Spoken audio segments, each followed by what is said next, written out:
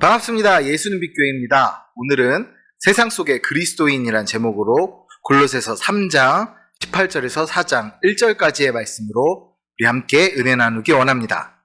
신약성경 골로새서 3장 18절에서 4장 1절까지의 말씀입니다. 먼저 오늘 본문 말씀 함께 나눕니다. 아내들아 남편에게 복종하라. 이는 주 안에서 마땅하니라. 남편들아 아내를 사랑하며 괴롭게 하지 말라. 자녀들아 모든 일에 부모에게 순종하라. 이는 주 안에서 기쁘게 하는 것이니라. 아비들아 너희 자녀를 노엽게 하지 말지니 낙심할까 함이라. 종들아 모든 일에 육신의 상전들에게 순종하되 사람을 기쁘게 하는 자와 같이 눈가림만 하지 말고 오직 주를 두려워하여 성실한 마음으로 하라. 무슨 일을 하든지 마음을 다하여 주께 하듯 하고 사람에게 하듯 하지 말라. 이는 기업의 상을 주께 받은 줄 아나니 너희는 주 그리스도를 섬기느니라. 불의를 행하는 자는 불의의 보응을 받으리니 주는 사람을 외모로 취하심이 없느니라.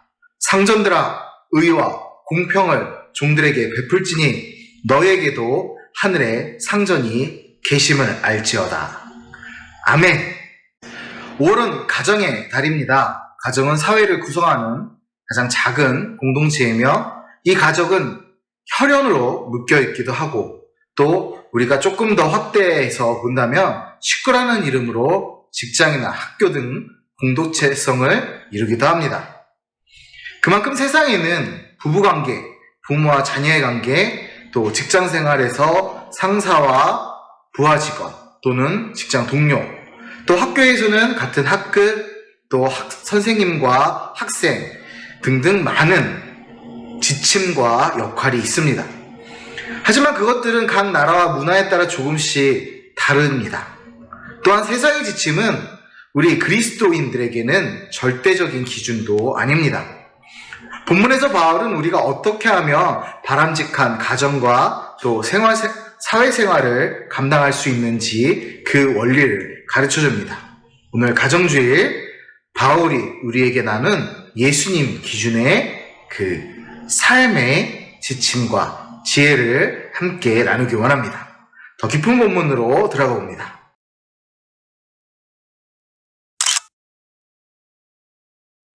바울은 하나님을 섬기는 가족 구성원들에게 마땅한 성경적 도리를 가르쳐줍니다. 아내들은 남편에게 복종해야 합니다. 여성들의 권리가 신장된 오늘날에 낯설게 들리는 말일지 모르나 아내들은 마땅히 남편들의 권위를 존중해야 하죠. 본문에서 바울은 아내의 본분을 남편들에게 복종하는 것으로 규정합니다. 여기서 복종하라로 번역된 헬라어는 권고와 충고, 통제에 따른 것을 가리킵니다. 사실 이 단어는 군사용어로서 상관들의 통제권에 대해 하급 군사들의 복종을 묘사할 때 사용되는 단어이기도 하지요. 그렇다고 해서 이 단어의 의미가 노예와 같은 복종을 말하는 것은 아닙니다. 바꿔 말해 경외심과 신뢰를 가지고 복종하는 것을 나타냅니다. 성경은 하나님께서 가정을 다스리시고 또 이끄는 권한을 남편에게 주었기 때문에 아내들은 남편을 잘 섬기고 복종해야 한다 권면하는 것입니다. 그러나 존경과 신뢰를 주지 못하는 남편에게 복종하는 일은 매우 어려운 일이지요. 그러나 이 경우에도 베드로전서 3장 1절 2절에서 말씀하시듯 아내의 복종하는 정결 행위로 남편을 구원할 수도 있으므로 복종해야 한다 말씀하십니다. 그렇다고 해서 남편들이 아내 위에 군림하는 지배자일까요? 절대 아닙니다. 바울은 18절에 아내에게 주는 권면에서와 달리 19절에 남편에게 주는 권면에서는 아내를 사랑하라는 적극적 준수 명령 외에 또 한 가지 금지 명령을 첨가하고 있죠. 그것은 아내를 괴롭게 하지 말라는 것입니다. 곧 아내를 귀하게 여기며 그 인격을 언제나 존중해야 합니다. 아내의 복종은 이 남편의 사랑과 존중 속에서 서로 상호작용 속에 일어나는 것입니다. 아내에게 폭언을 퍼붓거나 폭력을 행사하는 것은 바울을 통해 하나님이 우리에게 주신 귀한 은혜의 질서를 망치는 행위입니다. 아내 조언에 귀를 기울이고 또 아내를 자신처럼 사랑해야 합니다. 그리고 자녀들은 20절에 나오는 자녀들은 모든 일에 부모에게 순종해야 합니다. 순종하는 자녀가 하나님을 기쁘시게 합니다. 물론 이때 순종은 진리 안에서 이루어져야 합니다. 부모는 자녀들을 감정적으로, 억압적으로 대해서는 안 되지요. 하나님의 말씀이나 건전한 훈육을 넘어서 개인적 감정에 치우쳐 자녀들에게 상처 주는 행위를 해서는 안 됩니다. 하나님은 부모에게 좋은 양육자가 될 것을 명령하십니다. 오늘날 무지하고 무책임한 부모들로 인해 자녀들이 상처받는 경우가 많습니다. 좋은 가정은 하나님의 올바른 영적 질서를 쫓을 때 가능합니다.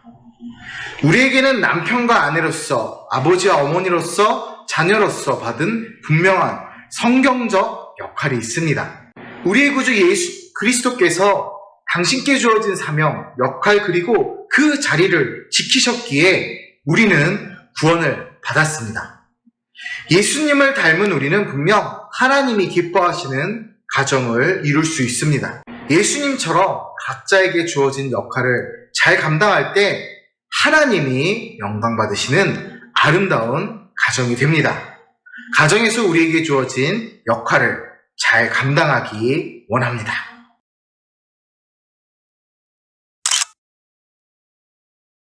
바울 당시에는 종이라는 계급이 있었습니다. 둘로스라는 단어로 남성 노예를 주로 지칭하는 단어입니다. 바울은 그 시대 구조를 고려하여 이 편지를 골로새서를 썼습니다. 바울은 종들에게 마땅히 육신의 상전들에게 복종할 것을 권면합니다. 현대에는 고용인과 피고용인의 관계가 마치 지배자와 피지배자의 관계, 대립관계로 호도되는 경우가 종종 있습니다. 그러나 바울은 종과 상전을 대립과 갈등의 관계로 보지 않았습니다. 믿음의 종들은 상전들에게 순종해야 합니다. 종들의 순종은 하나님의 뜻입니다. 하나님은 사람을 속이는 눈가림을 싫어하십니다. 여기서 눈가림은 결국 종들의 잘못된 습관이지요. 눈가리고 아웅이라는 말이 있듯이 그저 상전에게 잘 보이려는 거짓 고백, 거짓 보고, 거짓된 행동입니다. 하나님이 진정으로 원하시는 예수님의 순종과 같은 순종이 우리에게 필요합니다. 그런데 우리의 마음대로 이것이 순종이다라고 생각하고 눈가림과 같은 거짓 순종을 할 수 있다는 것이지요. 그러나 믿음의 피고용인들은 언제나 정직하고 신실하게 행해야 합니다. 하나님이 우리 사회를 지켜보시기 때문입니다. 하나님은 언제나 우리를 바라보십니다. 우리가 사회에서 어떤 역할을 맡더라도 하나님은 우리가 그분 앞에서 일하듯 성실하기를 원하십니다. 우리는 그리스도를 섬기기에 더욱더 사회에서 성실하게 우리의 역할을 감당해야 합니다. 우리의 성실함으로 하나님이 영광 받으시기 때문이죠.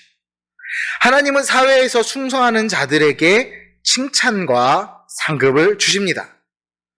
한편 이제 4장 1절로 넘어가서는 고용자들도 하나님을 두려워하는 마음으로 피고용자들을 섬겨야 한다는 말씀을 하십니다. 우리가 주의 일과 세상의 일을 구별해 행동할 필요가 없습니다. 사람들이 엿새 동안은 자기를 위해 일하고 하나님을 위해서는 주일만 일한다는 착각을 합니다. 아닙니다. 모든 일이, 모든 섬김과 모든 직장 생활이 다 예수님을 위한, 주님을 위한 복음 증거의 길입니다. 성속의 구분처럼 마치 교회의 일은 성스러운 것이고 세상의 일은 속되다 생각하는 이분법적인 사고방식이 우리 안에 있으면 안 됩니다. 존 칼빈이 직업소명서를 이야기했듯이 우리가 삶에서 행하는 모든 행위, 무슨 일을 하든지 우리에게 요구되는 자세는 성실입니다. 소명감이라는 것이죠. 게으른 자는 하나님께 책망을 받을 것입니다. 우리에게 어떤 자리에서 무슨 역할이 주어지든 하나님께 충성으로 화답하기 원합니다. 성실한 자가 주님을 기쁘시게 합니다. 예수님이 끝까지 그분의 임무를, 그분의 역할과 그분의 위치를 기억하고 수행하셨듯이 말입니다.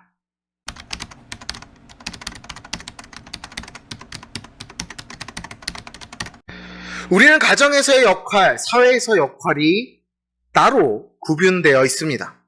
가정에서는 누군가의 아빠와 엄마고, 또 아들이고, 딸이고, 형이고, 누나고, 오빠고, 동생입니다. 언니고. 우리가 어떻게 처신하는가에 따라 우리의 가정과 직장, 학교의 모습은 달라집니다. 하나님은 우리가 가정과 직장, 학교에서 어떻게 행해야 하는지에 대해서 성경적 기준을 제시하셨습니다. 자기중심으로 고집을 부리는 자세가 아니라 하나님의 뜻에 귀 기울이고 그 말씀에 순종하는 역할을 감당하기 원합니다. 바로 우리의 구원자 예수 그리스도처럼 말이지요. 좋은 가정과 좋은 직장, 좋은 학교는 하나님의 말씀에 순종하는 자를 통해 만들어집니다. 우리에게 주어진 사회적 역할을 예수님 닮은 모습으로 그리고 믿음으로 감당합시다. 우리 모두 주님 닮아 승리하기 원합니다. 감사합니다.